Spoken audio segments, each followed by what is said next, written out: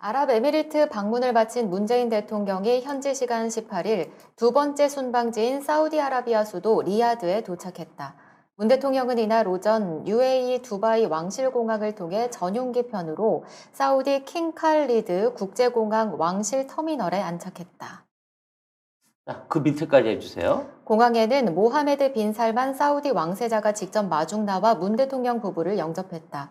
우리 측에서는 박준용 주 사우디 대사가 영접 나왔다. 왕세자가 해외 정상 마중을 위해 공항까지 직접 영접을 나온 경우는 이례적이다. 사실 이게 이 양반이 이제 살발한 분이죠. 무서운 분. 네. 진짜 무서운 분이죠. 이 사람은 굉장히 포악한 분이에요. 아, 진짜. 네. 그래서 서툴리면 언론인도 죽이고 잡아놓고. 네. 친척들도 삼촌들 비롯해갖고 친척들 사촌들도 전부 잡아서 삥 뜯고 그런 살벌한 분이거든요. 자, 이름을 제가 설명을 좀 해드릴게요. 이 아랍 쪽 이름 모하메드 빈 살만 빈 압둘 아지즈 알 사우드. 자, 길잖아요. 빈은 누구누구의 아들이란 뜻이에요. 그래서 이름은 모하메드입니다. 누구의? 살만 국왕의 아들인 모하메드다. 근데 이 살만 국왕은 또 누구의 아들이냐? 빈 압둘 아지즈. 압둘 아지즈 국왕의 아들이고요.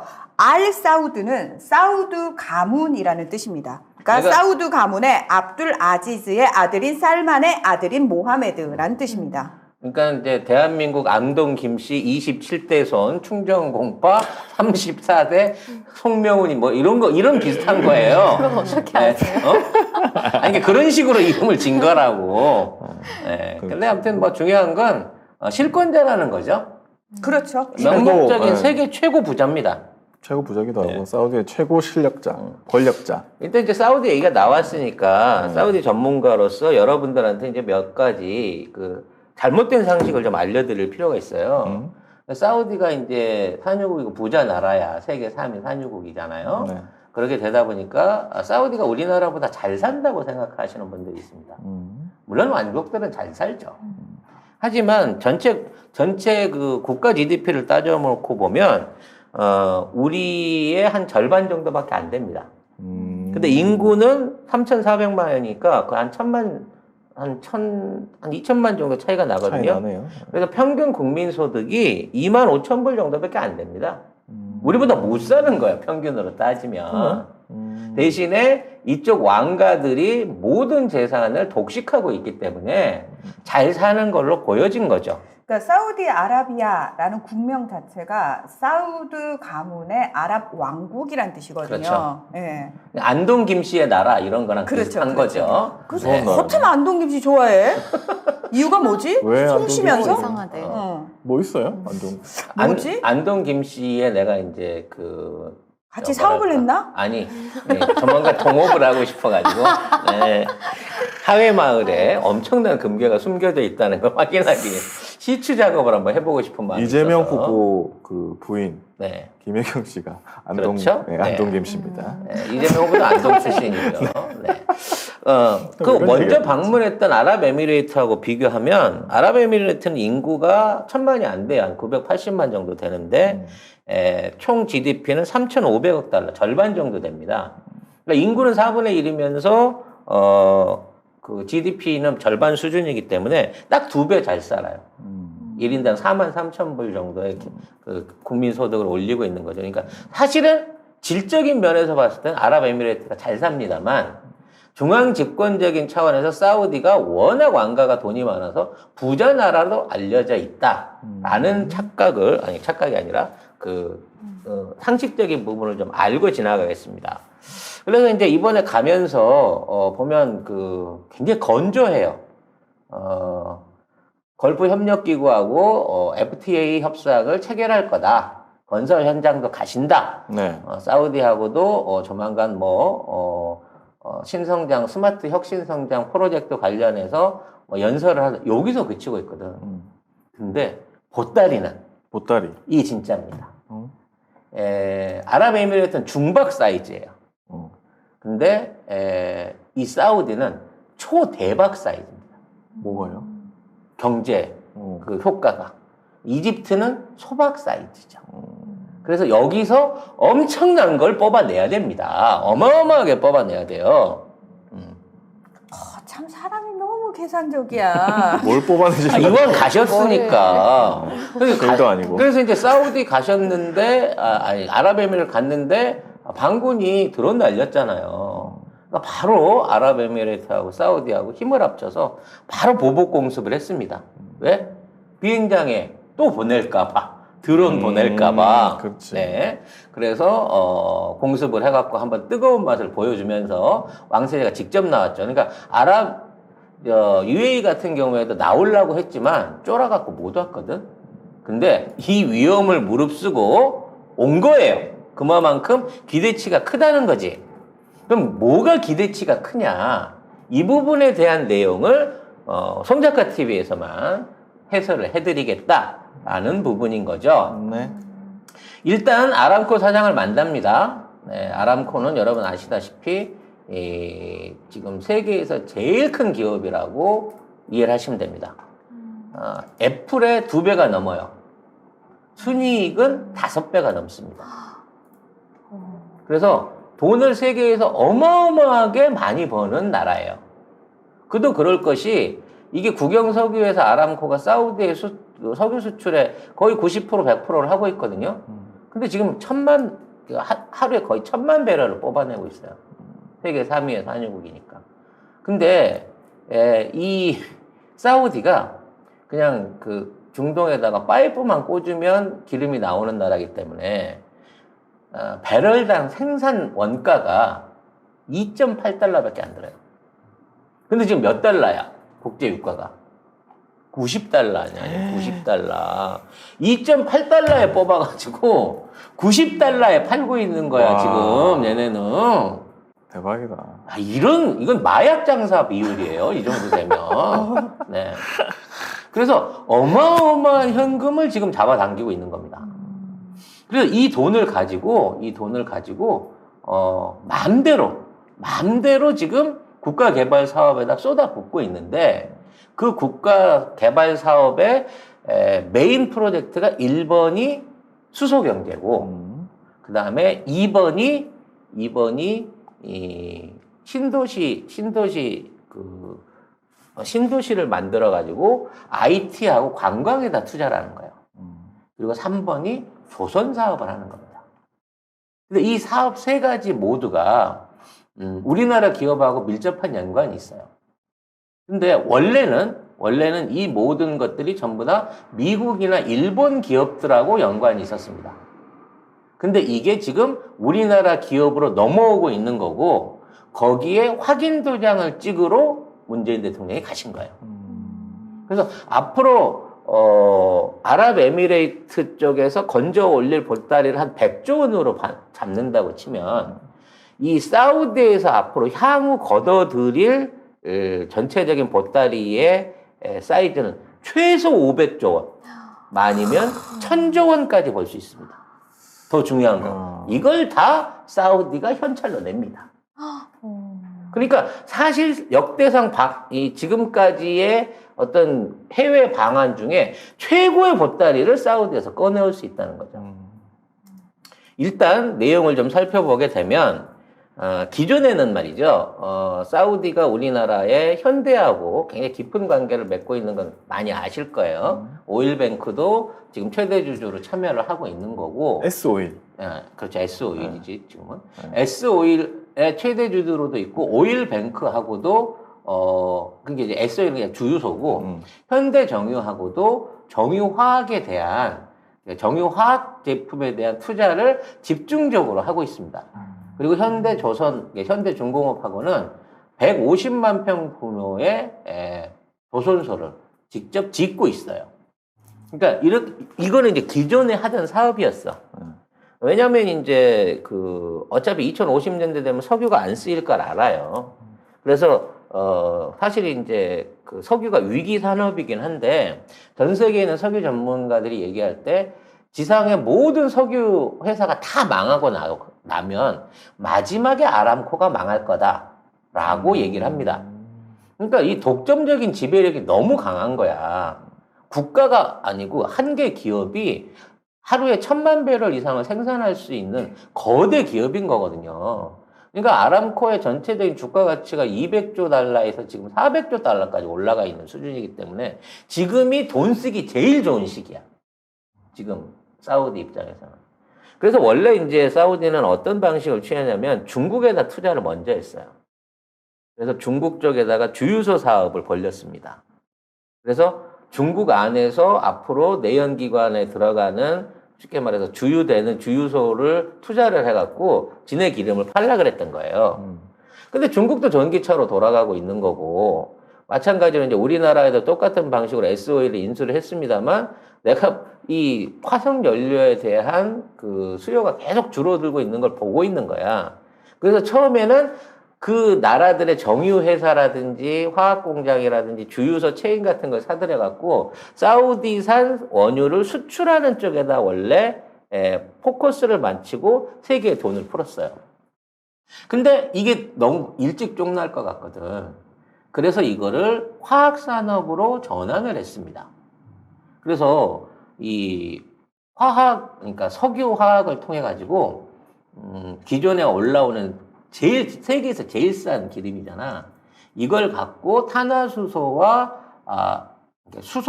탄화수소로 전환하는 방식을 개발을 한 거예요. 그러니까 지금 우리가 흔히 하는 말이 이제 그레이 수소라고 하는 게 부생수소라고 석유에서 가스를 뽑아내는데 이거는 이산화탄소를 발생을 시켜요. 그렇기 때문에 화석 연료를 쓰는 거랑 똑같아, 사실상. 태우는 거랑 비슷한 과정을 거치는데 이 과정에서 다시 이산화탄소를 흡착하는 기술을 통해 가지고 이산화탄소 배출을 안 하면서 탄화수소를 만들어낼 수 있는 기술에 집중적인 투자를 하기 시작한 거예요. 그래서 거기서 나오는 이 탄소 성분을 갖고는 화학제품, 고부가 가치 화학제품을 만들고 수소는 분리해서 팔아먹겠다라고 하는 기술을 투자를 한 거죠. 어디다가? 일본에다가. 일본? 네. 그래서 요 이제 그 탄화수소 관련한 그 기술은 일본이 이게 좀 주도를 하고 있어요. 그래서 일본은 수소로 단계로 바로 안 가고 수소는 저장성이 어려우니까 암모니아로 전환해가지고 쉽게 말해서 수소 이전 단계로 암모니아 안에 수소를 보관해가지고 나중에 분리해서 수소를 운반하는 방식으로 해서 암모니아 추진선 또는 암모니아 운반선에다가 집중적으로 투자를 하고 있습니다. 그래서 사우디가 이걸 했어요. 왜? 그 당시만 하더라도 수소를 안전하게 보관하고 이송한다는 기술 자체가 없었거든. 근데 한국이 업그레이드를 해갖고 갑자기 수소 기술을 확 올려버린 거야.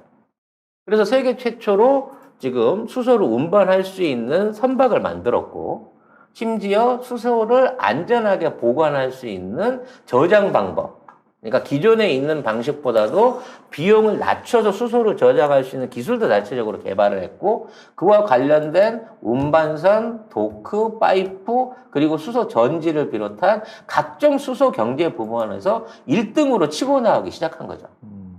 그러니까 사우디 입장에서는 너무 선투자를 구식 기술에다 해버린 게 된 거야. 그러네요. 그래서 이제 암모니아 쪽으로 돼 있었던 탄화수소 쪽을 건드리지 않으면서 이게 바로 수소 경제로 전환을 해야겠다라는 생각을 갖고 한국에 접근한 거죠. 그래서 한국 측에서 한국 측하고 같이 지금 있는 수소를 개발해서 정련을 해가지고 자 탄화수소 자체를 한국에다가 보내주는 거예요. 그럼 우리는 그걸 나눠가지고 수소하고 그 다음에 일반적인 우리가 나프타를 대용할 수 있는 화학제품 재료로 활용하는 방식으로 공동사업을 펼치기로 하고 여기에 대한 각종 시설 투자를 진행하고 있습니다. 그리고 아까 얘기한 대로 기존에 있는 수소에서 수소 생산 방식, 부생수소 생산 방식에서 일산화탄소를 줄일 수 있는 기술에 대한 대형 프로젝트들, 그러니까 플랜트 공장들을 한국 공장에다가 전부 다 몰아줄 것으로 보여집니다. 그래서 아마 이 사업 분야가 2025년에서 30년까지 100억 달러 이상의 수신고를 올릴 걸로 보여지는 사업입니다. 매우 작은 부분입니다. 작은 부분이라고요? 네. 매우 작은 부분입니다. 왜냐면 이건 임가공만 하는 거기 때문에 처음에 지어주고 나면 지네들 돈 버는 사업인 거죠. 아무튼 임가공 이후에 관리는 우리가 지속적으로 하겠지만 어찌됐거나 이건 매우 작은 사업입니다. 그래서 현재 울산에서 이제 가스 분해 설비 시설에 대한 투자를 60억 달러, 우리 돈 한 7조 원 이상을 들여가지고 현재 진행을 하고 있어요. 그래서 거기에 공급하기 위한 탄화수소나 기존에 있는 이제 무생수소 원료들은 전 단계를 만들기 위한 프로젝트가 이번에 심도 있게 논의될 것으로 보입니다. 그러면 사우디에서 볼 수 있는 최고의 대박은 뭐냐? 여러분 새해 복 많이 받으세요. 이번 설날 선물은 한우 어떠세요? 부드러운 육질과 풍미, 대한민국 1% 최고급 미경산 암소 한우를 송작가 TV몰에서 만나보세요. 설날 선물은 어디서? 송작가 TV몰에서. 네이버에서 닥터송 한우를 검색해보세요. 신도시 건설입니다.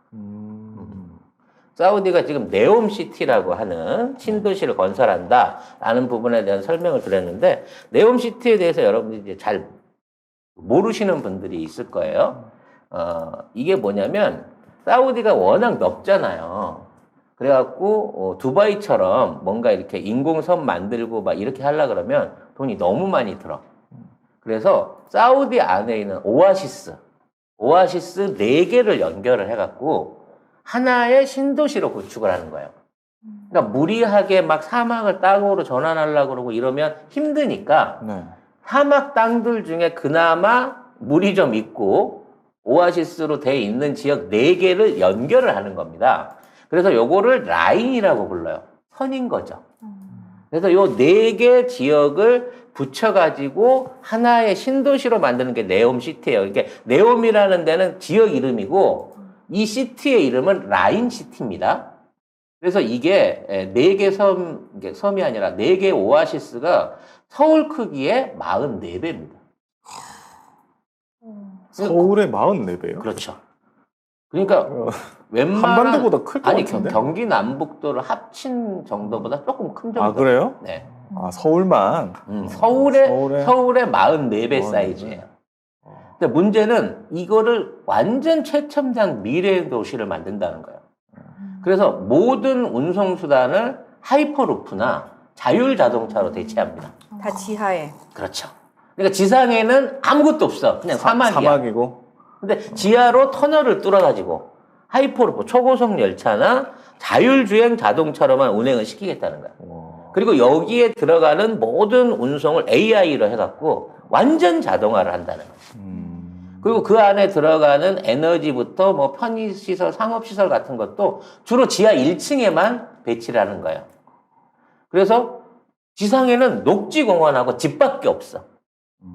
딱 올라오게 보면 그냥 평지야.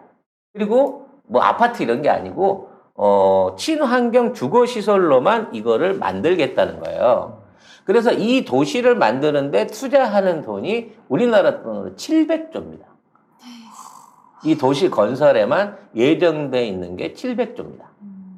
그래서 이와 관련된 이 스마트 시티 건설에 우리나라 기업들이 집중적으로 다 참여를 하고 있어요. 업체에 관한 거는 이거 알려주면 또 저기가 주식도 뛰나? 네. 하나솔루션, 하나건설, 삼성물산, 대림산업, 뭐 현대는 기본빵으로 가야 되는 거고요. 이런 기업들과 다수의 이제 중소기업들이 진출하게 됩니다. 근데 이제 이렇게 되다 보니까 굉장히 많은 그 업체들이 뛰어들 거 아니에요. 네. 서로 하고 싶어 하니까. 그래서 이 업체들이 노리는 분야가 있었어. 근데 이것 때문에 사우디가 빡이 친 거예요.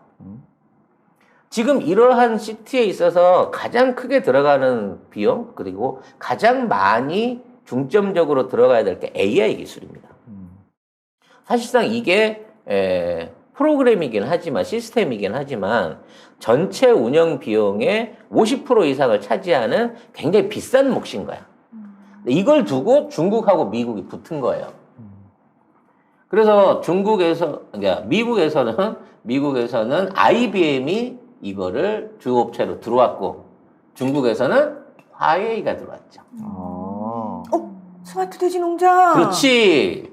그래서 소프트웨어는 IBM이 하고 그 다음에 하드웨어는 화웨이가 하는 걸로 어느 정도 합의가 지금 돼 있었어요. 근데 미국이 갑자기 태도를 바꿔가지고 화웨이 안 된다고. 화웨이 안 돼! 라고 얘기하는 순간 뭐야 그럼 지금까지 해놓은 거 어떡하라고? 어? 헐. 화웨이로 해갖고 지금 설계고 표준이고 다 해놨는데 지금 가서 하지 말라 그러면 이거 공사 말아먹으라는 얘기밖에 안 되잖아 하고 우리 왕세자가 화가 난 거죠. 그래서 화웨이를 대신해갖고 그러면 니들이 할 수 있어? 우리는 소프트웨어는 되는데 기계를 못 만들어. 그럼 니네들이 그러면은 기계를 어떤 방식으로 조달할 거야? 라고 얘기하니까 그거는 네가 알아서 해야지 이렇게 되다 보니까 에이씨 때려쳐! 라고 대신 잡은 기업이 대한민국 기업이 거기 들어가게 된 거예요. 그래서 사실 그동안은 토목공사만 하기로 했어요. 네. 그렇기 때문에 주도권이 없었죠. 설계라든지 시행이라든지 끝나고 난 다음에 오퍼레이팅에 참여할 수 있는 권리가 제한적이었는데 자 이제 AI부터 다시 시작 이렇게 된 거예요. 처음부터. 근데 사실 2, 3년 전에 만일 이런 사태가 생겼으면 우리한테 이 사업이 안 옵니다. 그때까지만 해도 국내 AI 기술이 별로 그닥 신통하지 못했거든요. 근데 삼성이 이걸 알고 있었는지 어쩐지 모르겠지만 이상하게 거기도 보면 외계인이 있어. 한 5년 전부터 여기에 집중적으로 투자를 하기 시작하더니 갑자기 투자를 하기 시작하더니 지금 전 세계에서 가장 많은 2년 동안 가장 많은 인공지능 특허를 양산해낸 거예요. 원래는 중국이 1등이었거든. 그래서 중국이 AI 강국이라고 했는데 시진핑이 미국하고 싸우면서 미국한테 기술 도둑질을 못하게 되고 지속적으로 반도체나 이런 부분 안에서 트러블을 일으키기 시작하면서부터 중국 AI가 잠시 주춤한 사이 한국이 이걸 뛰어넘어 버린 거죠. 그러니까 화웨이를 도널드 트럼프 전 대통령이 7 당시만 해도 화웨이가 전 세계 1위였어요. 특허 기술도 그렇고. 근데 이제 미국이 작정하고 달려들어가 정말 이악 물고 달려들었어. 죽을 듯이. 그러면서 본인들 동맹은 무조건 다 반화웨이 동맹으로 꾸려져야 된다라고 난리를 치면서 근데 사실 화웨이가 처음에는 니들이 아무리 그렇게 해봤자 우리가 타격을 안 받을 거야 이 분위기였거든요. 근데 왜냐면 난 다 깔았어. 우리가 1위 업체야 이게 있었으니까. 그리고 이제 그 당시만 해도 국제사회에서 분위기가 어땠냐면 미국이 너무 저러는데 그리고 아무리 그래도 자국의 이익이 우선이지라는 분위기였거든요. 근데 이게 못 켰어 실제로. 그래서 화웨이가 지금 스마트 돼지 농장으로 간 거 아니에요. 그래서 결국은 우리가 지금 있는 이 네옴시티 전체의 프로세싱을 획득할 가능성이 높아지고 그러네. 그럼 수주액이 얼마? 최소 600조에서 700조를 건지게 된다는 거죠. 뭐 이쯤 되면은 거의 트럼프하고 SS가 손을 잡은 것이 아닌가. 그러니까 이게 쥐들끼리 싸우다가 우리는 어부지리를 한 거야. 쉽게 말해서. 대박났네 그냥. 미국하고 중국이 싸우는 바람에 둘 다 쫓겨난 거예요. 그래서 여기에 대한 협의가 진행될 것이다라고 봐진다는 게 어쨌든 트럼프한테 감사해야지. 감사해야지. 네.